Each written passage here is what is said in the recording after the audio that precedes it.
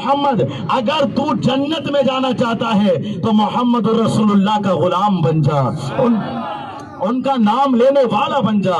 तो जो उनकी किताबों से ये बातें हम साबित कर रहे हैं, इसके बाद भी अगर नरसिंहानंद जैसे लोग हमारे नबी के बारे में भोंकें तो हमें इन तक ये बात पहुंचानी चाहिए कि उसको दफा 302 के तहत फांसी की सजा हो, और इस किस्म के जितने भी लोग हैं उनका सर तन से जुदा होना चाहिए। दुनिया में रहने का कोई हक नहीं है ऐसे लोगों को, और इसके लिए हमें अपने नौजवानों को भी बेदार रखने की जरूरत है कि वो अपने अंदर नबी की ऐसी मोहब्बत पैदा करे कि गैरों के दिल कांप जाएं। इंशाअल्लाह हमें अपने चेहरों पे दाढ़ी भी सजानी है, हमें अपने सर पर टोपी भी रखनी है, हमें नमाजों की पाबंदी भी करनी है।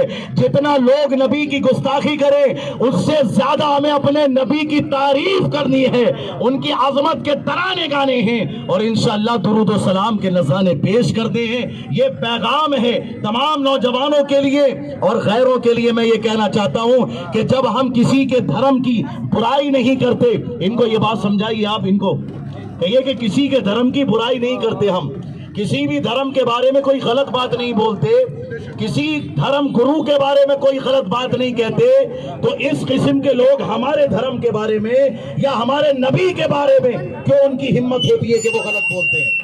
इस किस्म की बातें नहीं होनी चाहिए हमारे समाज में। हम पीसफुल लोग हैं, हमारा मजहब रिलीजन ऑफ पीस, हमारी जन्नत पैलेस ऑफ पीस, हमारा काबा हाउस ऑफ पीस, हमारा कुरान बुक ऑफ पीस, और हमारा नबी प्रॉफिट ऑफ पीस, हक है, प्रॉफिट ऑफ पीस है हमारे नबी, अमन और शांति का पैगाम दिया। ऐसे नबी के बारे में नरसिंहानंद जैसा खबीस लईन मलऊन मतलब गलत जुमले इस्तेमाल करे, चोर डाकू डकैत किस्म के ये से जुमले जो हम कभी सोच नहीं सकते अपने नबी के बारे में, वो हरामी इस किस्म के जुमले बोले, किसी कीमत पर गवारा नहीं है। और अगर यही माहौल रहा तो या तो इन्हें कानून सजा देगा या फिर गुलाम मुस्तफा आगे बढ़कर इनका गर्दन से जुदा कर देंगे। हक है बेशिहाजा, मेरी गुजारिश है कि इस पर तवज्जो करें। ಮಾನ್ಯ ತಹಸೀಲ್ದಾರ್ ಸಾಹೇಬ್ರೆ, ಅರಸೀಕೆರೆ ತಾಲೂಕು ಕಚೇರಿ ಅರಸೀಕೆರೆ.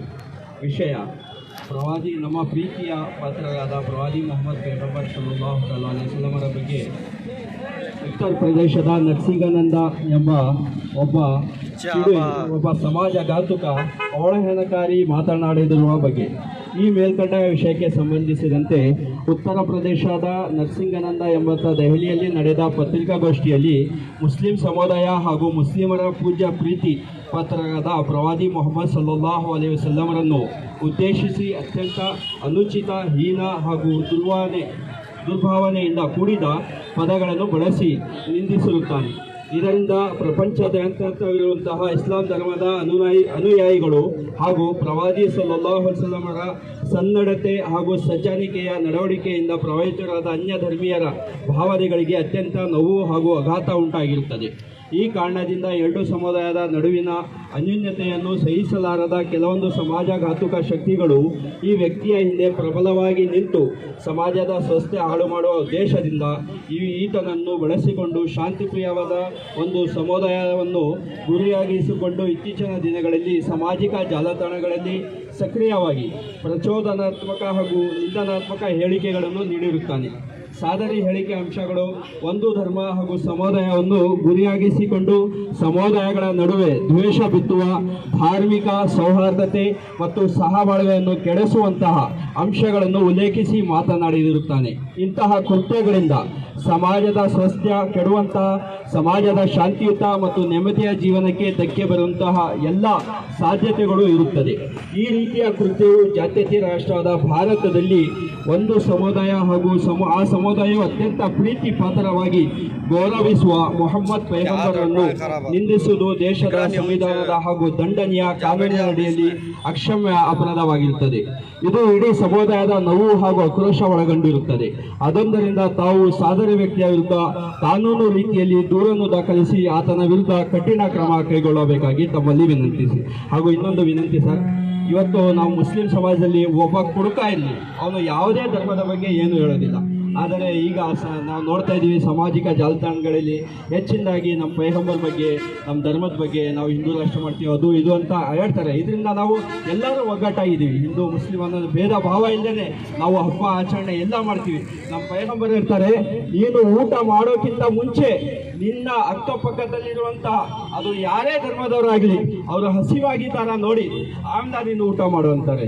ಮತ್ತು ಪಕ್ಕದಲ್ಲಿ ಯಾರ ಆರೋಗ್ಯದಲ್ಲಿ ಇಲ್ಲ ಅಂದರೆ ಸತ್ತೋದ್ರೆ ಅಥವಾ ಅವರ ಆರೋಗ್ಯ ಕೆಡವಿದ್ದರೆ ಅವರಿಗೆ ಹೋಗಿ ವಿಚಾರಿಸು. ನೀನು ಇದನ್ನು ನೋಡಬೇಡ, ಅವನು ಮುಸ್ಲಿಮೋ ಹಿಂದೂನೋ ಈಸಾಯಿಯೋ ಅಂತ ನೋಡಬೇಡ, ಅವನನ್ನು ಹೋಗಿ ವಿಚಾರಿಸು. ಇದೆಲ್ಲ ನಮ್ಮ ಪೈಗಂಬರ್ ಅವರ ನಮ್ಗೆ ಹೇಳಿರುವಂಥ ಅನ್ವಯಗಳು. ಇದೆಲ್ಲ ನಮ್ಮ ಇಸ್ಲಾಂ ಧರ್ಮ ಶಾಂತಿಯುತವಾದ ಧರ್ಮ. ಅದಕ್ಕೋಸ್ಕರ ತಮ್ಮಲ್ಲಿ ಈ ಮೂಲಕ ಕೇಳಿಕೊಳ್ಳೋದೇನೆಂದರೆ, ಒಂದು ಕಾನೂನು ಮಾಡಬೇಕು ನಮ್ಮ ದೇಶದಲ್ಲಿ. ಯಾರೇ ಧರ್ಮದ ವಿರುದ್ಧ ಏನೇ ಮಾತಾಡಲಿ ಅವರಿಗೆ ಸೂಕ್ತವಾದ ಕಠಿಣವಾದ ಕ್ರಮ ಕೈಗೊಳ್ಳಬೇಕು. ಆ ಥರ ಕಾನೂನು ಮಾಡಬೇಕಂದ್ರೆ ತಮ್ಮಲ್ಲಿ ಈ ಮೂಲಕ ಕೇಳಿಕೊಳ್ಳುತ್ತೇವೆ. गुस्ताख रसूल की ये की सजा, सरकार का दुश्मन कोई जिंदा न रहेगा, मौला की कसम वो जिल्लत से मरेगा, नामों से रिसालत पे है हम मरने को तैयार, आका के वफादार है, आका के वफादार है, गुस्ताख नबी की ये की सजा, गुस्ताख नबी की ये की सजा, गुस्ताख नबी की ये की सजा। लब्बैक लब्बैक लब्बैक या रसूल अल्लाह, लब्बैक लब्बैक लब्बैक या रसूल अल्लाह।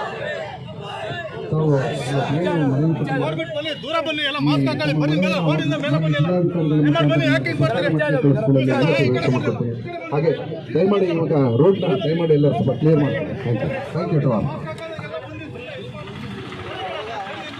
तमाम से गुजारिश है कि दूसरे लोगों को तकलीफ ना दे, साइड में है। जमीन भाई की गुजारिश है काम पर है, सामने आकर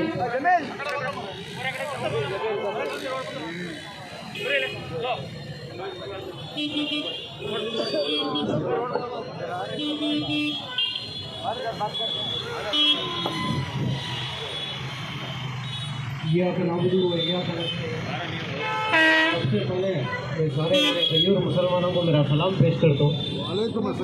वालेकुम। आज का जो हिंदुस्तान का हालत है हमें समझने की ज़रूरत है।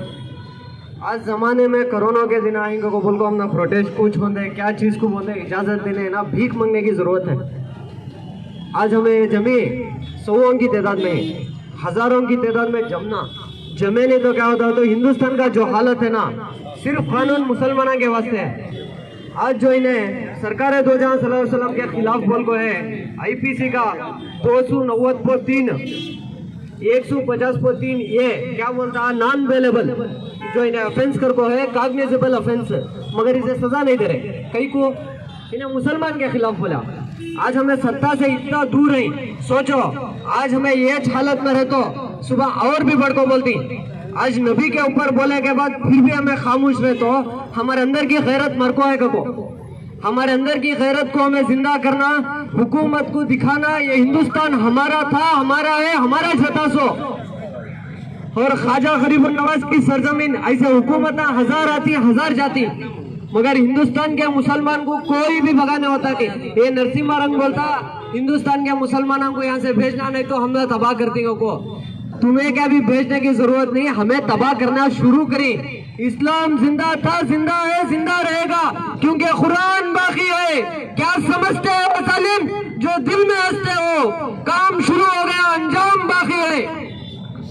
और पूरे मुसलमान आज इत्तेहाद होको, हर चीज को अपना जानो माल वक्त देखो, ये जो भी चीज है हिंदुस्तान की हुकूमत को हमें रोडों को खड़को जब तक चक्का जाम करते नहीं तब तक इनको समझ में आता नहीं। पूरे अमन के पीछे जा रही, अमन इस्लाम धर्म है ना, अमन ही सिखाया सो। आज इस्लाम धर्म को अमन जो काफिर है काफिर के मुंह से सीखने की जरूरत नहीं है। जब मुसलमान काफिर के सामने झुक जाता तो अल्लाह ताला हमें हारना पड़ता। जब तक हमारे दिल के अंदर काफिर का खौफ मिटता नहीं तब तक नबी के ऊपर, हमारे औलिया के ऊपर, इस्लाम के ऊपर, कुरान के ऊपर ये बोलने वाले सुअरम पैदा होती। आज हमें काफिर को डरे नहीं सकस, एक अल्लाह को डरने वाले एक साथ हो को आंख में आंख डाल को बोले तो हिंदुस्तान हमारा हमें हिंदुस्तान को फतह करती इंशाअल्लाह। मेरे प्यारे आका सल्लल्लाहु अलैहि वसल्लम के प्यारे जवान, अमन से जाएं, अमन का ख्याल रखें।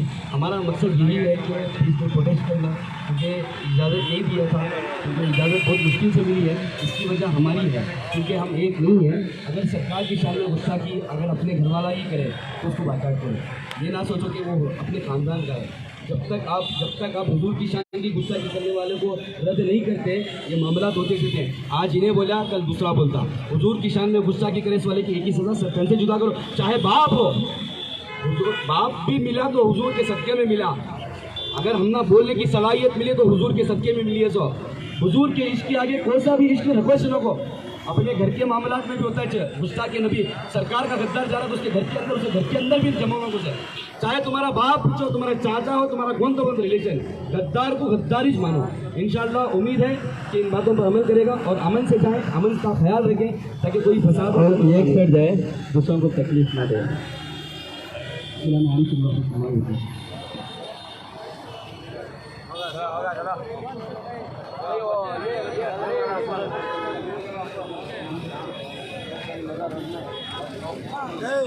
बोलना नहीं, जुम्मा के नमाज करना हो